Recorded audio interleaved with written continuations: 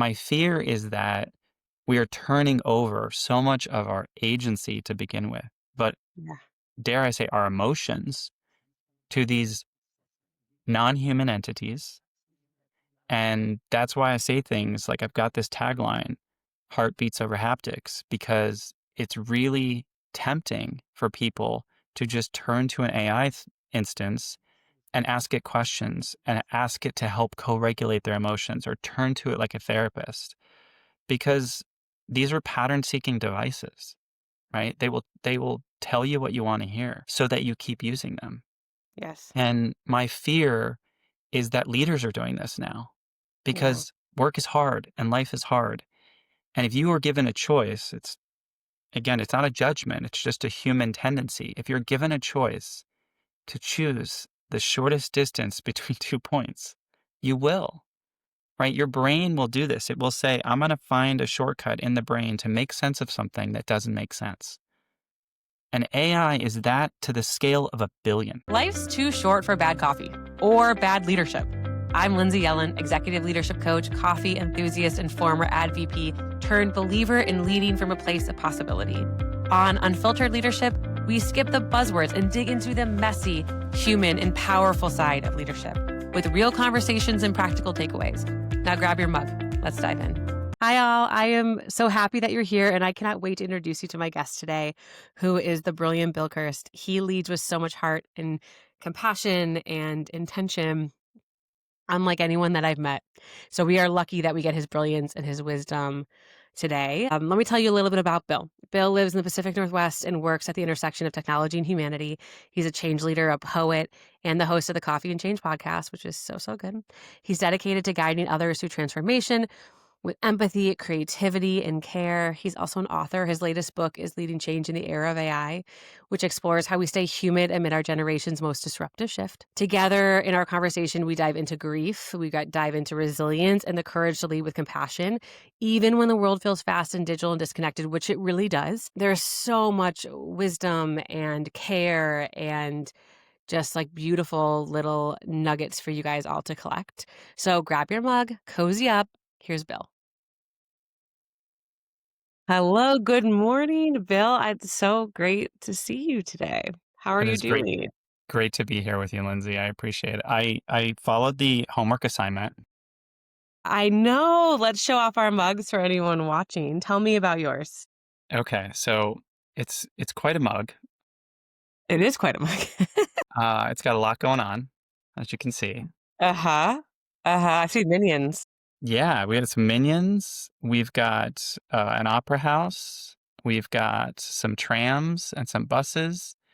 And this is actually from one of my favorite cities in the world. This is Ukrainian. I So was this gonna says say. only in Lviv, or in Oh, Ukrainian, Tilko v Lvovi. And so this is actually a mug from Lviv, Ukraine, that is special to me because my husband spent 2.5 years in Ukraine with Peace Corps. And so it's one of our touchstones. We support and love a lot of people in Ukraine who are yeah. obviously going through a ton right now, the way of the world. And so I Uh-huh. thought for our discussion today, so we're going to be talking about unfiltered leadership and care and humanity and all sorts of things. I figured I would bring a little bit of Ukraine with me. So that's my Oh, I'm mug. so glad that you did. Thank you so much. That's so special. And Yeah. I appreciate you sharing that bit of your story and with your partner. And that is a big mug that comes with a lot of love. hmm And what's inside your mug today? Inside my mug is some tea. I'm actually doing tea today, and it's the traditional medicinal sort of throat care tea. I've had a little bit of it's fall, and we've A had little some thing. crazy weather like you all have. So Mhm. the barometric pressure has changed drastically here in the Pacific Northwest, and usually when that happens, I kind of get the early stages of a head cold. So it's some tea and plenty of honey at the bottom, and a little bit of ginger. Oh, wow, okay.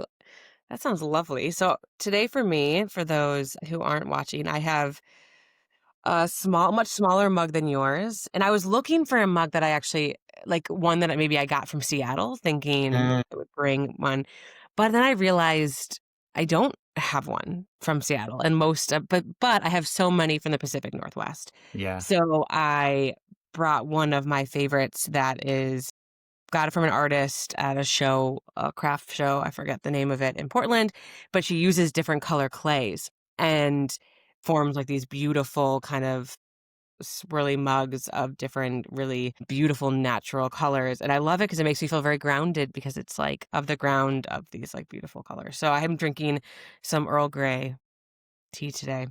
And it is early. It is a morning. We are here on the Pacific side of things on the West Coast. And it's not even 8 a.m. yet. But Bill loves an early morning record. This is when we did our podcast together too. that's right. And I am actually really grateful that you encouraged us to do in the morning because next to me, I'm watching the sun rise as we talk. And this feels like one of the best ways I could think to start our day, start my day, I should say. So I want to thank you for your early morning sacred time today. And Bill, I wanted to begin our conversation on filtered leadership going back to the beginning. And you and Mm, there is no need for any surface level because it feels like we always go deep and we go fast. And I recall, so I looked back. We've been talking for 5 years now. We first met did in you 2020. really? Wow. Yeah, I thought it was 2021. It was 2020. We got introduced by our friend Kenny. It really feels very serendipitous.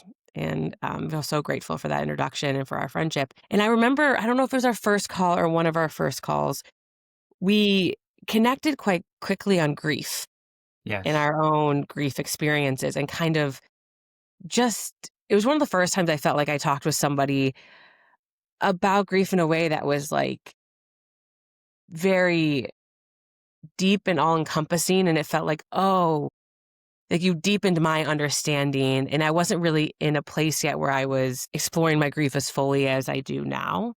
So I wanted to start by asking where your perspective and relationship is with grief, because I feel like we are in a time where we are surrounded by it and big griefs, little griefs, like micro griefs, like every day, all day by all of us. Yeah. But I think I still believe it's something that is under spoken and cared for. Mhm. Um, so I'm going to pause there, and I'm curious for your perspective on grief these days. Yeah, I'm glad we're starting here. The universe kind of works in strange ways because I we were sort of chatting offline. Do we rehearse for this? Do we prepare for this? No, it doesn't feel it doesn't feel necessary given our relationship. And I will say that one thing I did, and I'm really glad I did, is I listened to your solo cast about your Mm, dad. Um, thank you. and I feel like in the most serendipitous, beautiful way, that was the on ramp for this Mm, discussion. And so here we are starting in grief, which is the right place to start because I just listened to this beautiful modern day eulogy of an incredible man who I didn't know, Norm, and all the lives that he touched. And the thing that was so powerful to me about that solo cast that you did was how you talked about legacy, levity, and livelihood. And when I think about grief and where we are in the world and how for me it's always this alongside companion. Um, hmm for those of you that know the image of a motorcycle with a sidecar, right? Like I grew up a Disney kid, and we always watched certain movies, and there was a movie called Bedknobs and Broomsticks with Angela Lansbury, and there's a portion in the movie where there's a motorcycle and a sidecar, and I've always felt like that analogy of the sidecar is kind of like grief for us, right? You're in the motorcycle, but you've got the sidecar. The person that's in the sidecar, right? They're kind of hunched down. They've got goggles on. They're like gripping, right? They're not really in control of the motorcycle, but they're alongside for the ride. And in some ways, they're weighing down the motorcycle on one side, so it's distributing the weight. In other ways, if you make a fast turn, it's a little difficult to do, right? Because you've got the sidecar. So I think about that analogy almost humorously, right? Those scenes from Bed Knobs and Broomsticks. But at the same time, that's how grief feels to me. Mhm. Oftentimes it's this sidecar on a motorcycle, and without the motorcycle, I can't go anywhere. But you also that's where the passenger is. To go together, you've gotta do that. So not to belabor that analogy, but it's one that sort of brings me a smile, and also I feel the heaviness of grief. So for me, it's never a separation. It's always an alongside, and as you've learned over the course of our time knowing each other, I think anyone who has the opportunity to lead change or manage people through change, as I've said before in other interviews, it's a dance with grief. And I think you have to be very delicate and graceful with yourself as you're going through that. And life will remind you. It will remind you of the impermanence of all of this. And you know that. I mean, more than anyone. Having lost your father and so many years ago, and also, your recent trip to Hawaii where you guys were all together, and the power of a place like Hawaii in its own mystical, Yeah. spiritual resonance, all of that stuff comes up. And it's a bit like I mean, grief's a bit of an island too, right? So there you were kind of on the islands taking Mm, in not only the baby moon, but also remembering yeah. someone that's passed. I mean, that in itself is this beautiful threshold. You're welcoming in a new life, you're honoring a life that's passed. And that to me is like the greatest expression of what life is all about. So for me, I think I was very fortunate to have seen demonstrations of grief tended to all my life. Mm. But more importantly for me, I think it was the internal. It was like there's sort of this unspoken voice inside each of us that knows what feels right when going through loss and when experiencing joy and everything in between. And I encourage people to listen to that voice. And well, first I have to just like, whew, put me in my feels really early on. And thank you for that beautiful reflection back of that episode. And of course, you give like gorgeous metaphors that I hadn't even thought about in regard to my trip and that reflection. And of course, you did. So thank you for that. That is a You're gift in welcome. itself. How, when you said I've seen, I can't recall your exact words, but like I've seen really beautiful examples of grief, like tended to. Yeah. What does that mean? And what does that look like to truly actually tend to grief? Because I feel it took me a long time to actually to do that or to understand that. And I feel like right now in our collective society and world, there is just like so much to grieve all the time right now with so much rapid change. Hmm. So I guess this is a two-parter of like, what does that mean to you? How did you learn how to tend to grief? And what can we and leaders do now to tend to the grief where you feel, ev- excuse me, every day? Yeah. I think I'll start with the, the latter question first. I think we have to give ourselves permission to be in the tension. So, even the verb to tend to grief, I think is really important that people sort of sit with that, right? The words we choose around the expressions and the emotions we feel are important. And to tend to grief is to care for, but also to experience the tension of, to feel the pull, to feel the narrowing. There was a word that I came across recently that just continued to sort of show up in our consciousness, and that word was anguish. And I wanted to understand more about that word and like where it came from and its origins. And I found what was really interesting about it was it actually, in some variations, kind of meant like the narrowing, the tightening, Mhm. the constricting. And when I reflect back on where everybody is right now, it just feels like there's so much narrowing and constricting and tightening happening, as you've described, because so much is coming at us from all angles. Yeah. And if you knew that everything was coming at you at all angles, it feels like the world is closing in on you. And that then leads to kind of the first part of the question, which is how did I learn to tend, or what examples did I see to tend to grief?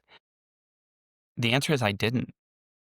The answer is I had to navigate and orient myself.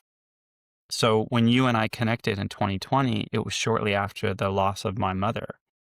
And that was the beginning of my dance with grief in a new way. I had lost grandparents at that point. I had lost great aunts, and uncles at that point. But those were always examples of lives fully lived Yeah. and an honoring. It was an honoring. You felt as a grandchild that you were honoring an elder. But when your parent um, suddenly goes, as you know that feeling, you're left with this gap and this void and this injustice. And you do all the things you can do. I think you probably did something very similar, right? I remember talking to the nurses. I remember talking to the doctors. I remember coming back and doing research. I remember reaching out to people that were heart specialists. I tried so hard to understand Yeah. why this occurred in this way. Could have something have been changed? Could something have been altered?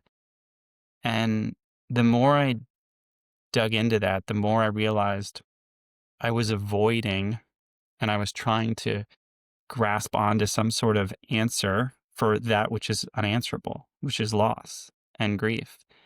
And I got to a place where I knew, especially as a man, as an eldest son, as someone who inherently carries a lot of responsibility on my shoulders, I tried so desperately to project manage my grief, and that was a terrible mistake.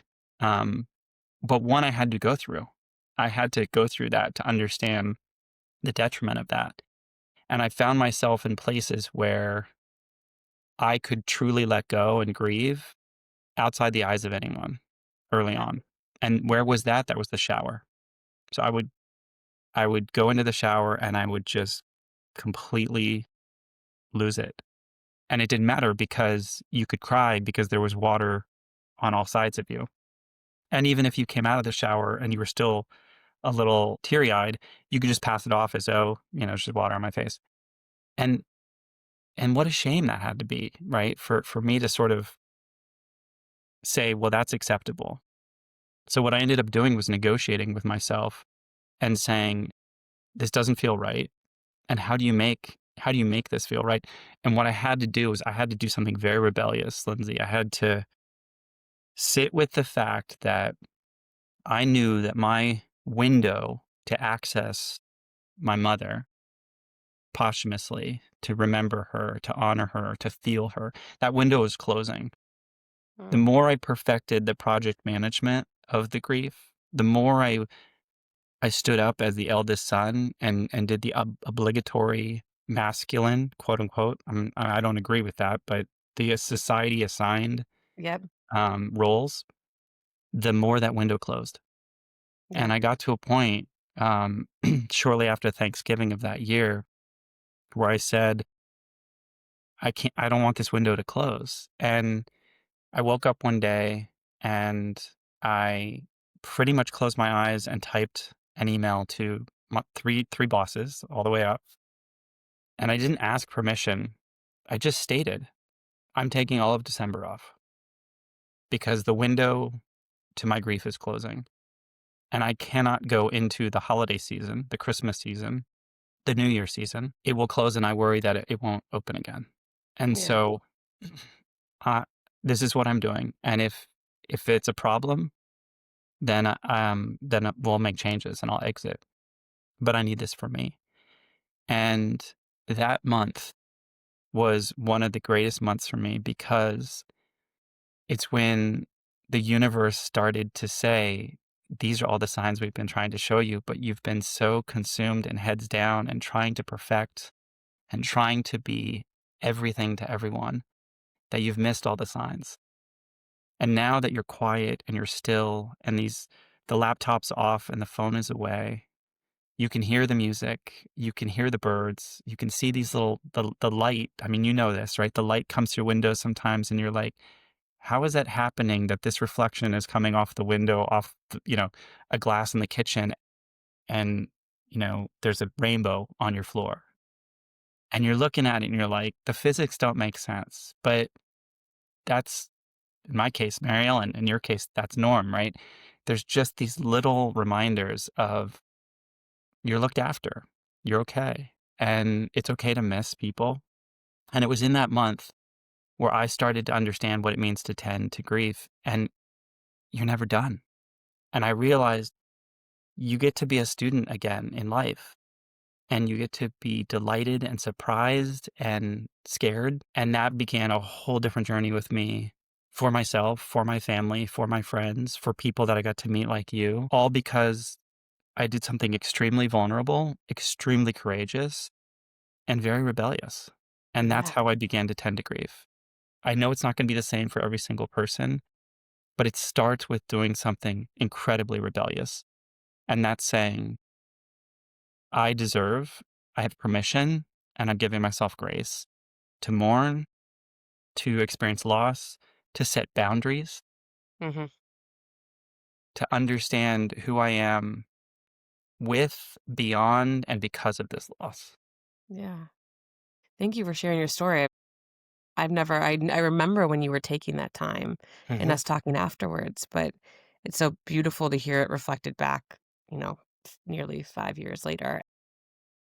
I had a similar moment near, not like in the same timeline of yours, but actually it was 2022, or like it's also 2020, Yeah. and which was many years after my dad passed. But it was when I got, and I don't know if you experience this, but I think sometimes it took me seeing grief and loss in other people to hold up the mirror to myself of what I wasn't confronting or the pain. And like it was easier for me to access the empathy of and like the compassion that other people were feeling versus reckoning with my own. And I remember it was the summer of 2020, and I was actually with my brother in California, in San Francisco, when I was still in Chicago. And I was running, I was hurtling towards a really bad burnout, and he saw it. And I'll abbreviate the story. I'll probably tell this in more detail at a different time. But I remember sitting, I was in his apartment, and he had kind of said something to me about I was working too much, a workaholic or something. I was like, no, I'm fine.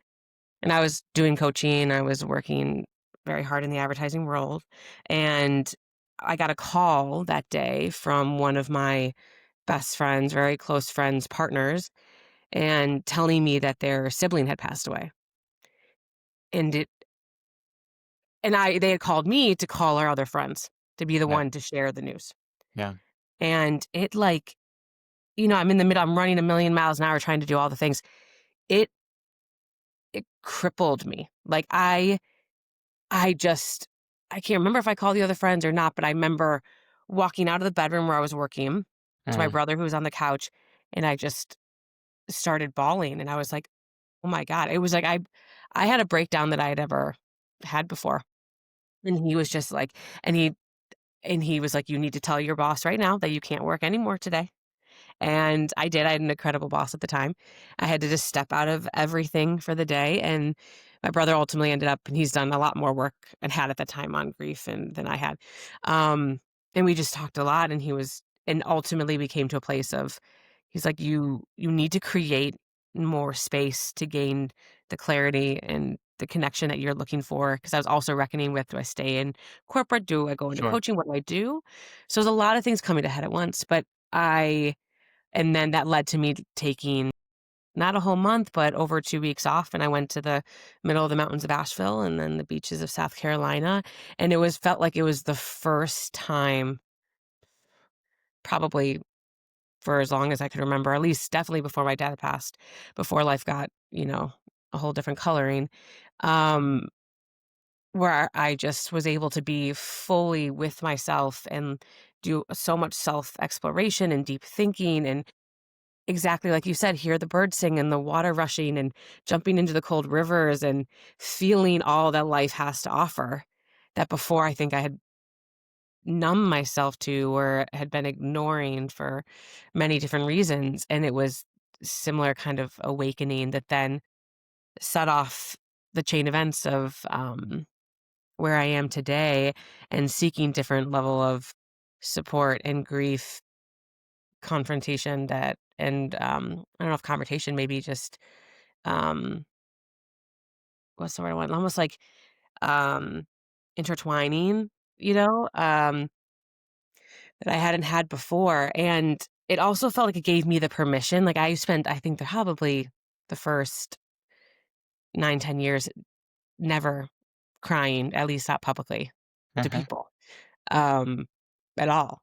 And then for some reason, then coaching started to kind of chip away at that wall, doing that self work. And then since then, it's like floodgates opened. And then ever since then, especially in pregnancy and the hormones, it feels like I'm making up for lost time of Uh-huh. actually feeling and processing emotions that I had suppressed for so long. Uh-huh. And I'm curious, Bill, how does that impact and like how do you do that in your day to day as a change management expert and leader? How do you help others tend to their grief or get the permission to at least acknowledge it in a setting like work, like the workplace, like a corporate setting?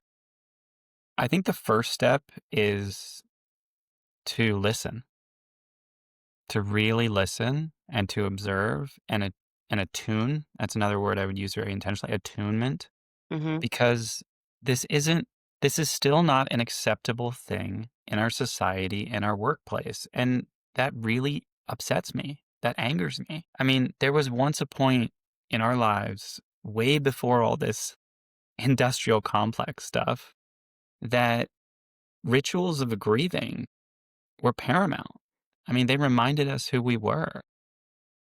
People came together around loss and remembered who they were around loss. And when I bring that to the corporate world, yeah, it's not an Irish wake every time, right? But but everybody's experiencing something, loss of something, loss of a parent, dear God, loss of a child, I can't even imagine, loss of a sibling, loss of a job, right? Loss of a dream.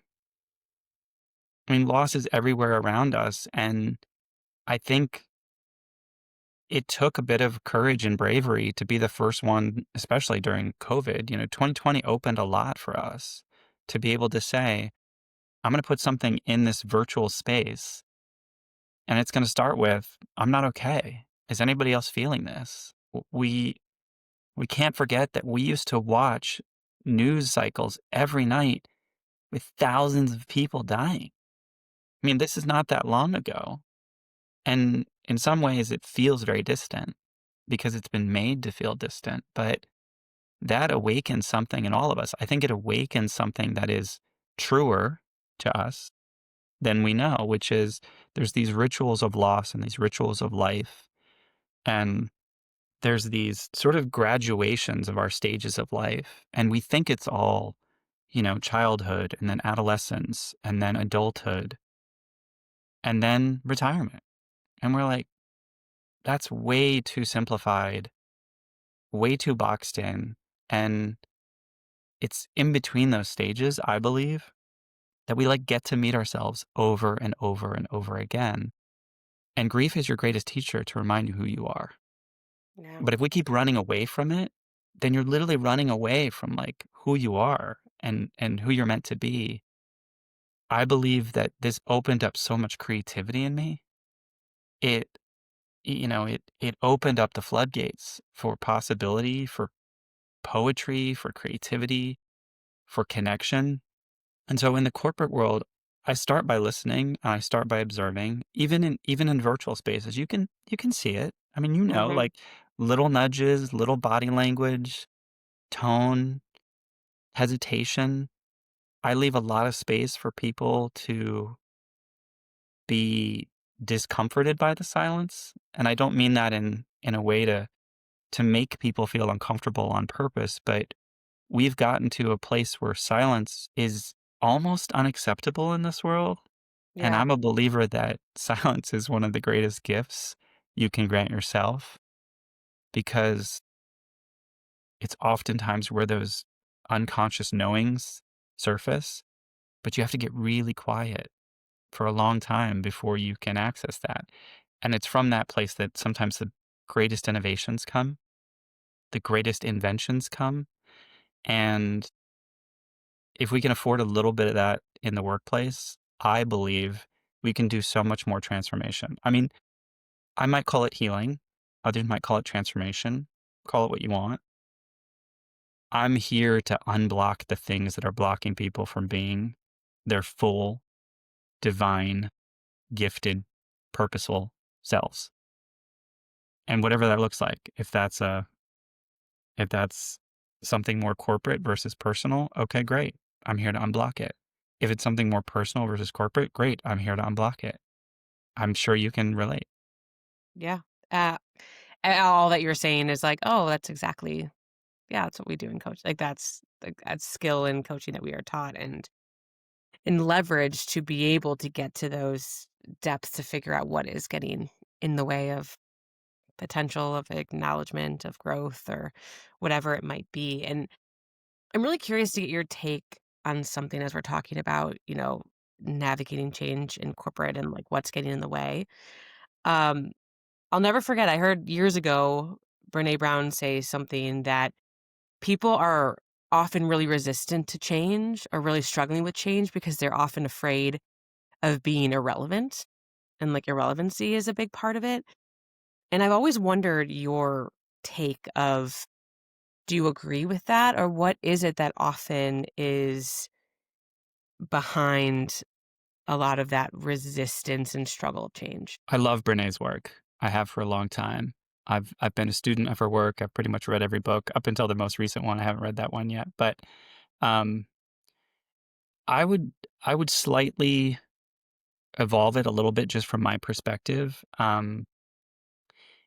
Irrelevancy is one thing, inadequacy is another. Mm. And that's the Tell me more. word that I would probably put on the table is inadequacy. And the reason I say that is because even when I do, you feel a different, right? You feel a different sensation. It's one challenge to be like, am I am I relevant? Right? That tells me like, have I studied the right things? Have I chosen the right jobs? Do I have a point of view? Right? That I'm Yeah. relevant. Stay relevant in the world, right? That's pretty fair.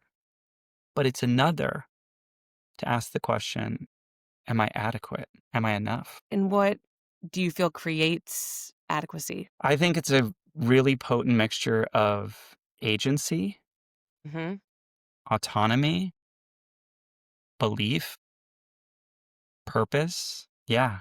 I The mean, diff- it's this concoction that is gonna be different to each person and also recognizable. it feels like to me the difference is thinking about, as you were talking, irrelevant to me seems like it's other people deciding for me.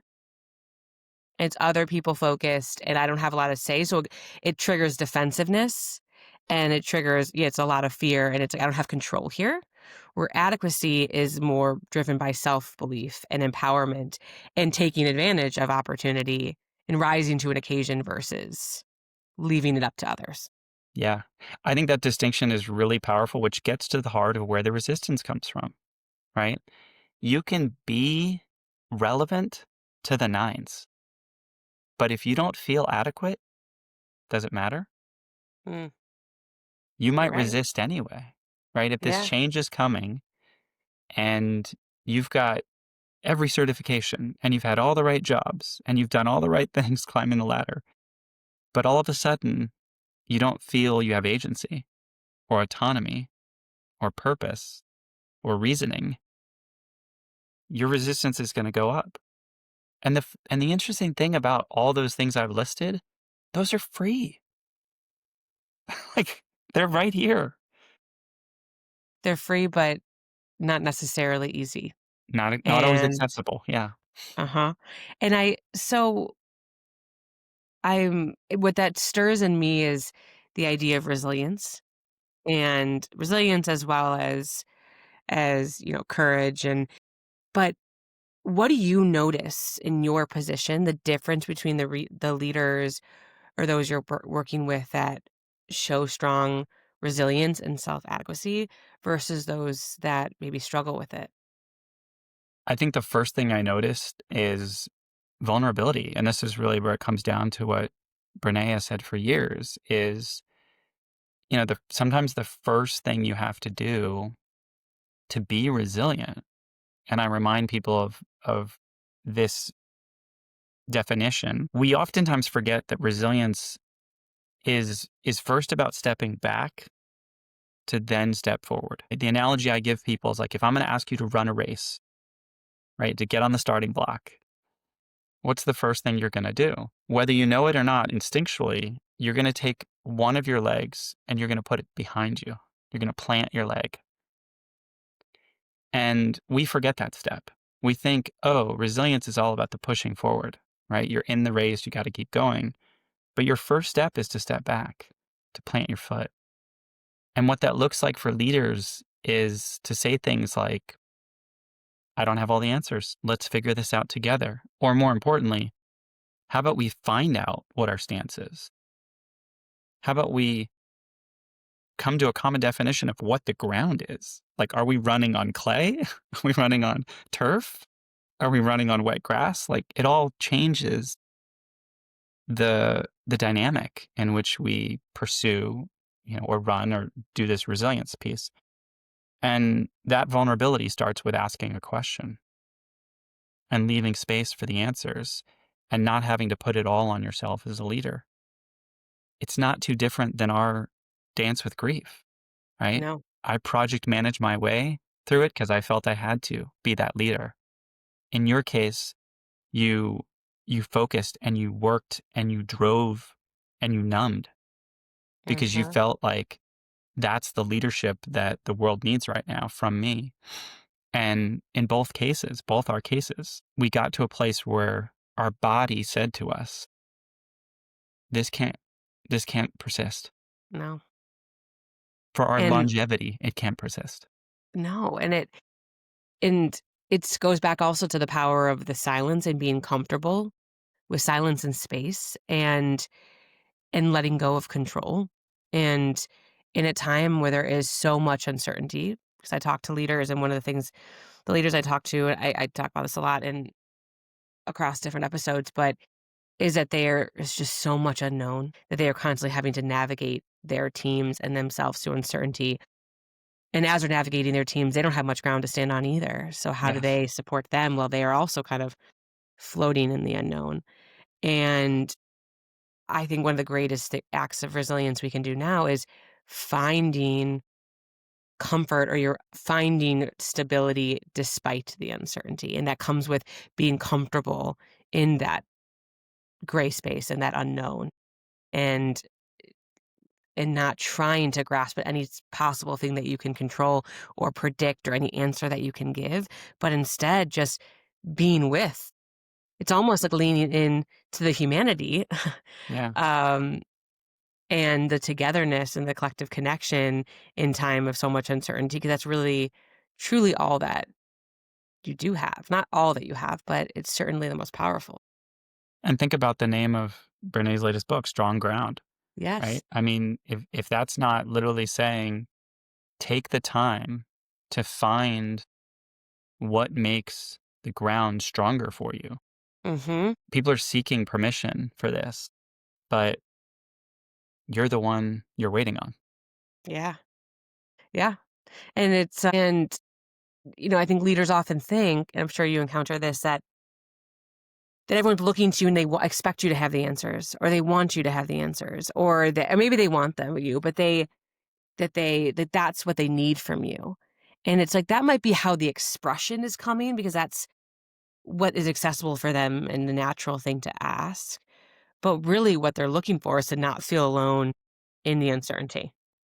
And that's where the vulnerability comes in. And I think I want to go back to the idea of vulnerability because I feel like we were in an era when vulnerability was something that was maybe getting a nice limelight and a lot of attention. And now it feels like it's something that got turned into a bit of a weakness again by some in some perspectives.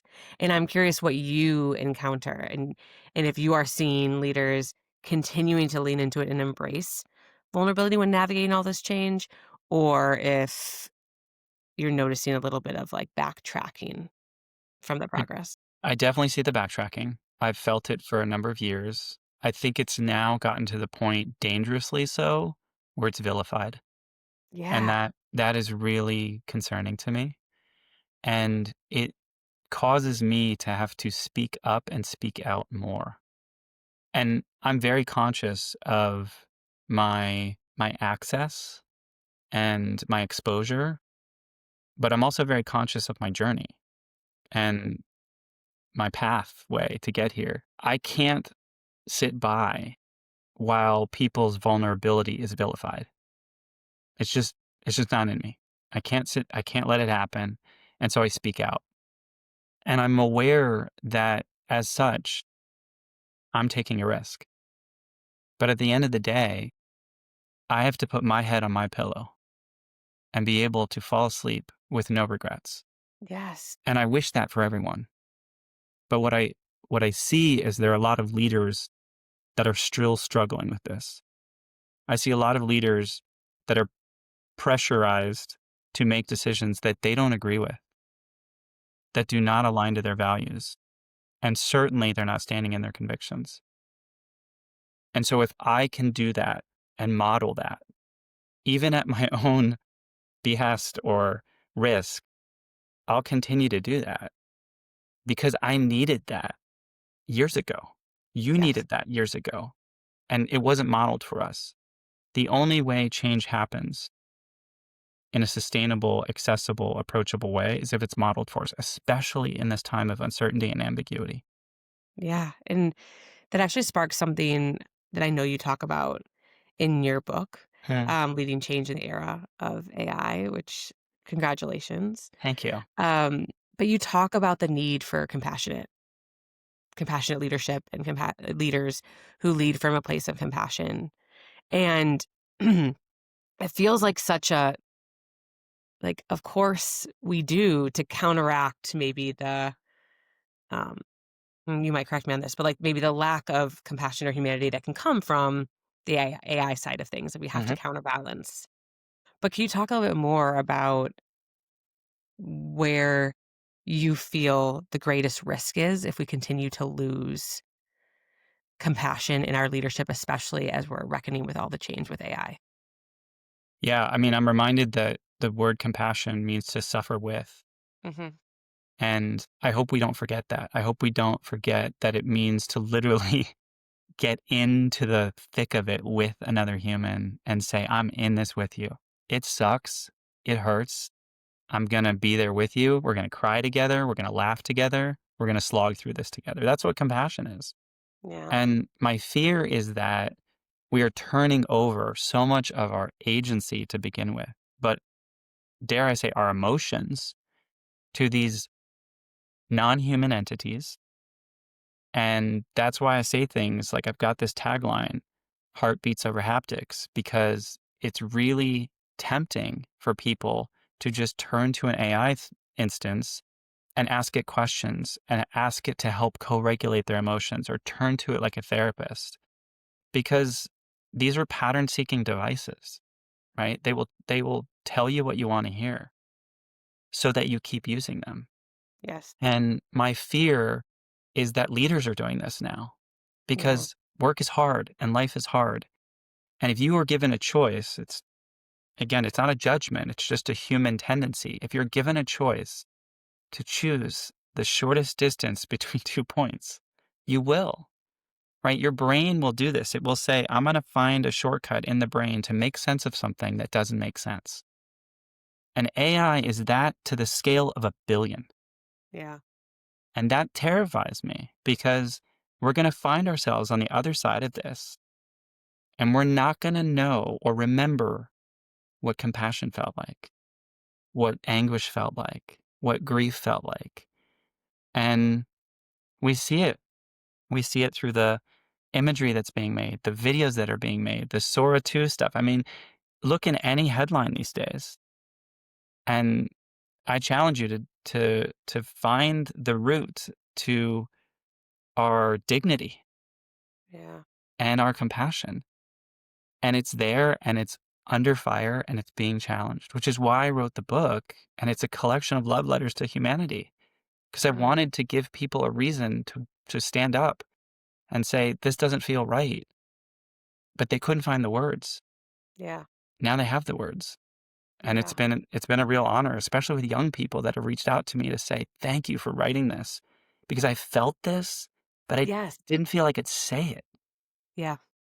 So yeah, And and actually that was one of the questions I had, but I want to say one thing about vulnerability is I think with AI it allows folks to shortcut it because it's not very vulnerable to type.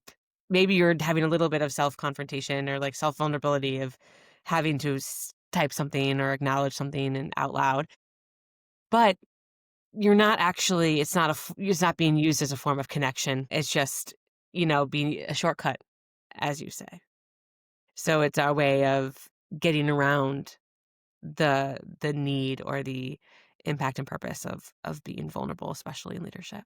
And what was one of the most surprising either lessons or revelations that you had as you were exploring this topic and writing your book? I think the thing that was probably most surprising to me was how much what I started to write in 2023, I was Mm, writing for me.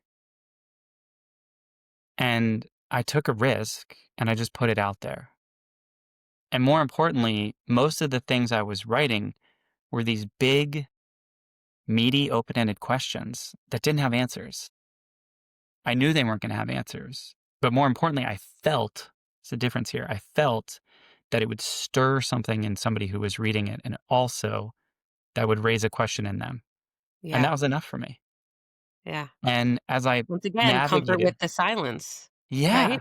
right. Yeah, just Like okay. there's no answer book. Mhm. And as I navigated the 2 years of the writing, and then eventually, like when I started writing, it wasn't a book. It was just place it somewhere so that you can get it off your soul, off your heart for a while because it's heavy. And now that it is bound and it's out in the world and people can hold it and people can mark it and highlight it right in the margins, the other part that's really delightful and surprising to me is it's granting permission to generations of people to say, I'm going to make different decisions. I'm going to make different choices. I'm going to make different investments. And I'm going to ask why like 5 more times. Yeah.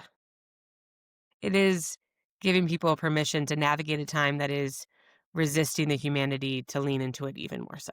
And Exactly. you Exactly. And I are think there's a part where I think towards the end of the book, I talk about the Renaissance. And I personally believe that we're going to have almost this reverting back to yes. this place and time where I mean, you said it before so beautifully when you talked about the interweaving and the stitching of some of these things. You hold that mug that was made in layers of clay. It's a beautiful reminder. We're going to get back to a place where like the crafting by hands, by heart is going to be what's truth. And I Yes. think there's going to be a resistance, and rightly so, to that which robs us of our humanity. Until we find a balance, I don't know when that is. It may not be in our lifetime, Mm, but I can tell you I'm going to fight to hold yeah. on to every ounce of humanity that I can, while I'm here. And that is if that's not a a rally call or a call to action or the next right thing, I don't know what is to radically hold on to our humanity while it's being so loosely and easily called away. Mm. And what is it what handmade or authentic thing is calling you the most right now to stay in touch with your humanity? I keep getting called back to music. And when I was younger, I played piano, I played clarinet, I played flute.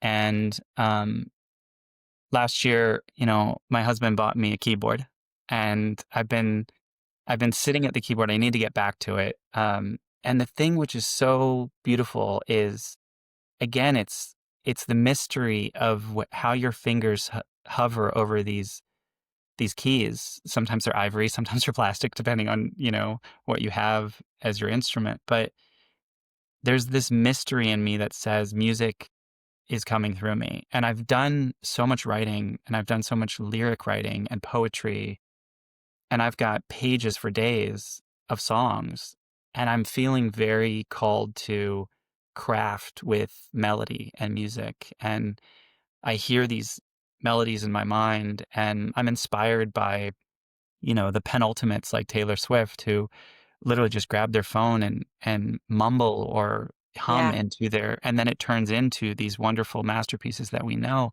All of us have that. Every one of you have that in you. And that's what I'm called to craft here sometime in the future. I have visions of maybe visiting some friends in Nashville and sitting down and doing a co-writing of something. And that's what's calling me right now. Yeah. And I it's I love continuing to follow with your evolution of creativity and Mm, like and I know and I want to call back as we start to bring this to a close that in our last conversation, so I was on so graciously was on your pod, like you so graciously invited me onto your podcast, Coffee and Change, at the start of the year. And here we are entering and nearing the end of the year somewhat. Um, and we talked about that a bit, right? About the hands and the clay as I was reflecting on doing pottery. And um, also, what you asked me about in that conversation was around third places. yes. And and I was so struck by your Substack that you sent out, I believe it was last week. Last week. Yeah. The table is yours. Is that right? Yes. It was really beautiful. And like first I just want to acknowledge that reading it, and I encourage all readers to follow your Substack as well as your podcast, of course, and read your book. But that it was so poetic in its nature. Like you are a poet. I mean, just reading it, I was like dissecting every line to understand what you were getting at. It was really Yeah. beautiful. But I want to read one line of it, and I want to just kind of understand the inspiration of this piece and of this place because I feel like it's really important to touch on this idea again, especially right now. So you had said, I call this place the place where one feeds the soul and has a cup of tea to pass the time. That's how you'd make sure mail gets there if it could. So I just loved your connection to like feeds the soul and has a cup of tea to pass the time. Mm, And I feel like we're often rushing through life so much that we forget to pause in these places to just feed the soul and pass the time. And so, what inspired you to write that? And what can we all learn from being in places like this special place for you? yeah. My inspiration actually came from years ago when I spent a couple summers in Ireland. My family, we basically rented a house in a town called Oranmore on the west coast of Ireland, very close to Galway. Okay. One of And my favorite places in the world, by the way. it's majestic. I love that part of the world. And what was really interesting was I remember wanting to send postcards to my friends. Now, I was in high school at the time, middle school, high school at the time. So I would go to the town and buy the postcards, and I'd come back and I'd go to the post office to send them. And I said, okay, so I'm sending these out. We're here the whole summer. So I want to make sure that mail gets back to us. And I remember being very taken by the fact that basically the address was Parish House, Road to Galway, Ireland. There were no numbers. There was no, and I was like, well, this can't be right. Like, there has This to be isn't more right. here. We're missing like a zip code. We're missing a letter or numbers. And they said, no, no, no. Like, that's it. That's all you need. I said, so I just need to put my name, Parish House, Road to Galway, Ireland. Like, and it's going to get here. And I said, "Yeah, absolutely. That's how it works." And I was so taken by that because what it says at the time, I didn't quite realize it, but what it says was everybody knows where the parish house is. Everybody knows the road to Galway, and they're going to deliver the mail to you. Like it's just going to get there. And I thought the simplicity and the mystery of this was such a reminder. And I've always carried that with me since. And now when I go into certain places, these third places, I think to myself, imagine if the address of this place was as simple as that, right? Mm. This is the place where people gather to feed their soul with a cup of tea to pass the time. When I enter into that particular space, that's the experience for me. And we are in this world of numbers and symbols and rush around and next day mail, and it all can be so burdening. And I love the fact that we can remind ourselves to slow down. And then one last story for you, which is a reminder of the world and how crazy it is right now. I have a dear friend in Canada who said, "Hey, I'd love for you to send me a book, an autographed copy." And I went to go send him a copy. And I went to a couple places just to say, "Hey, how much would it be to send this book to Toronto?" And in 3 cases, it costs anywhere from $110 to $112. Oh my And I gosh. was a little bit taken aback. I'm like, that has to be incorrect. Are you sure it's not $11? No, this is the impact of the tariffs. Oh my God. And it became very clear to me that I can't even send a book to a friend in Canada without it being this huge expense.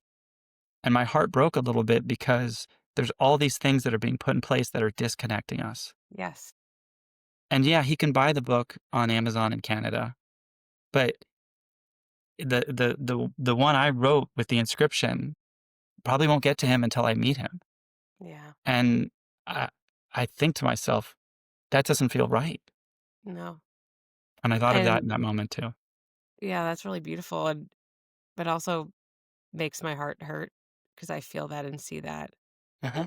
all the time. And one thing that struck me in what you were saying is the more we're able to create or surround ourselves with the simplicity of like a special place, a cup of tea, quiet, the more space there is for the humanity, which is what we really need right now and what we're all striving and hungry for, even if we don't know it and are resisting it. And so, my final question then, Bill, is what in this time when so much is working to drive disconnection between us, between, whether in the workplace, out of the workplace, what c- what advice do you have for leaders or parting words to have them hold on to their humanity or be ones that create connection versus feed into that disconnection? Couple things come to mind. One is find an opportunity to write. Write down in your own penmanship, your own handwriting. If you're one of those people that needs to go to a bookstore and buy a brand new crisp journal with blank pages and that feeling is so inviting, go do that. If it works for you to grab a Post-it note and just start writing and put Post-it notes over everything, great, go do that. If there's a whiteboard, go do that. There's so much that's moving through people, and I feel that again, to that point around anguish, right? The constricting, the narrowing is is really holding us back. And so I would encourage leaders, anyone, frankly, to just write some stuff down. You don't have to do anything with it, but just place it somewhere and then measure yourself on the other side of it. How do you feel after that? And then if you want to revisit it and see what it tells you. And then the other piece of advice is to the best of your ability, go be in nature. Go be in a forest if you've got one nearby. Go to a shoreline if you've got one nearby. Listen to the birds, like we said, right? Like there's so much soundtrack of our life that we have convinced ourselves is not important because we're so busy listening to the notifications and the pings and everything else that I worry we're going to forget what those things sound like. Yeah. And my advice to people is go spend time in those spaces and places and those third places that remind you of the brevity of this life, the levity of this life and what you're here to do, your livelihood. I mean, I think about the beautiful life that was your father and the lives he touched. I read this morning, not only did I read his obituary, but I read the legacy page where people posted comments, and it was so touching to think about all the lives, the story about the story about how someone saw your dad sitting in a parked car and, walked by, and then he popped out and said hello to them and made them laugh. And he wanted to make sure that they knew, hey, I'm not just sitting here in a parked car in Naperville. I'm here with Wendy's inside shopping or whatever. It's funny. And I just thought to myself, like, these are just comments on a legacy page. And yet I feel like I was invited into the humanity of who this man Mm, was and the lives he touched. yeah. And I don't want those to just be digital archives. Yeah. I want them to be music and laughter and anecdotes and feelings and hugs. And if that's what all this work that we're doing is about, and if this work gives me access to have those conversations with people, good. I'll keep going. And I think it goes without being said, but I want to just reinforce that you are creating such an incredible legacy, Bill, in the way that you make every person feel in every conversation, and the compassion that you're fighting for, not just in your work and in your writing, but just in the way that you show up. You show up in your full humanity, leading from a place of so much compassion and curiosity and connection in all that you do. And it makes a difference. I know, because it's made a difference on me. Thank So I you. hope that you recognize that and know that all of everything that you believe that you are trying to do, you are doing an incredible job of bringing it to life every day. Thank And you. the world needs more leaders building a legacy like yours. Thank you. I appreciate the opportunity to come on and share. And again, no rehearsal, just No, living. just living. And um, it's so interesting because we started this, and of course, started and ending on from a place of grief. And I think that is, it's like grief is at the almost the foundation of all of it, of so Um, much. And what we need in response to that is greater humanity and greater connection. yeah. Yeah, very Thank you for beautiful. creating that, and thank you for the opportunity. And it's an honor. Honestly, it's a true honor because I was so excited when you launched this platform for yourself. It really made me happy. I love when I get to play a small role in that for people. Yeah. And you're doing great work, so keep going. And I can't wait. You're brilliant at the solo cast. I got to tell you that, and it's got to be on record. You're really good at it. So keep going. Wow. Thank you. I've struggled with bringing that to life, but that I I'll take that as my encouragement just to keep going. I feel like I'm stumbling my way through a little bit, but everything feels very aligned, and I'm very grateful to be in this space. And actually it was truly was our conversation, probably in listening back to our episode together on Coffee and Change, and um that really inspired me to be like, I need to, like, I want to do this because you host so beautifully. You connect so deeply in your conversations, and what you pick up, the curiosity that you weave through, and how you're able to extract such incredible things from your guests. And I never felt so held, as well as just like in touch and in tune and connected in a conversation, a podcast conversation before as I did with you. And I was like, wow, that's so magical. If I can get just a bit of that more into the world in my own way, that seems worth it. So thanks for the inspiration, Bill. You're very welcome. Bravo. You're doing a great thing, and I can't wait to keep following. So thanks for the opportunity. Where can people find more of you and follow you and all of your brilliance and creativity? Thank you. I'm pretty prolific on LinkedIn, so feel free to You look me are. up on LinkedIn. Some people say, "Do you sleep?" Trust me, I sleep really well. And what's also interesting, a quick funny story is sometimes LinkedIn thinks that I am inhumanly impossible. And I had a recent story where I went to a Microsoft alumni conference and connected with a lot of people. And it was great to connect with them, and so I was responding to a lot of comments and tags that people had tagged me on because I was on stage speaking. And the next morning I woke up and LinkedIn had disabled my account. And No. the message they said to me was, "We believe that you are using AI-powered agents to run your LinkedIn because it's humanly impossible that you were this Stop interactive, it. this responsive." I'm not making this up. "This responsive in this amount of time, in this window of time." The irony of that, when I'm literally the person who's written a book on holding on to our humanity, is not lost on me. And I do Oh plan to my write god. LinkedIn and write an article about it someday, Yeah, but absolutely. that is how prolific I am and how attentive and responsive and in tune and present I am.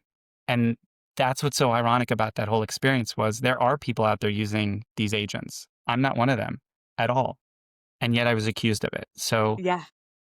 I want people to hear that story and remember that sometimes our divinity and our purpose appears impossible. Don't let them tell you it is. So Wow. I'm prolific there, but also feel free to take a look at Substack. Everward, Everward, is the name of my Substack. Obviously, Leading Change in the Era of AI is my second book. Everword is my first book, was this poetry collection. That's probably the best places. I'm also on Instagram, Coffee and Change there. So yeah, connect where you like. I'm out there, easy to find, and I'm happy to have a conversation with anyone who feels all of this or any of this resonated with them. Yeah. And they would be better for it. I Thank you. every conversation I leave wiser and more connected to my own humanity through you. So, Bill, have a wonderful day. Thank you so much for your brilliance again. And we're just so lucky to have you leading the charge in so many important things right now. Thank you. I'm here for it. I'm the wind at your back, and I cannot wait to eventually come down to Half Moon Bay and stand in your third place that you are literally helping people find themselves in. So let's make Yes, that happen in 2026. I would love that. And me, the All right. baby. And with the baby. Oh my gosh. Yes. I'm manifesting it now. Rebel, me, you, Rebel, baby Larry, which is our current nickname. Yeah. All hanging out and having a coffee together. I just can't wait. Beautiful. And I'm really good with kids. So Of totally course you happy are. to hope, Of totally course. happy to give you an afternoon. I can't wait. All right. I'll have Right. a wonderful day. Thanks so much for Thank you. tuning in and getting unfiltered with us. You bet. See ya.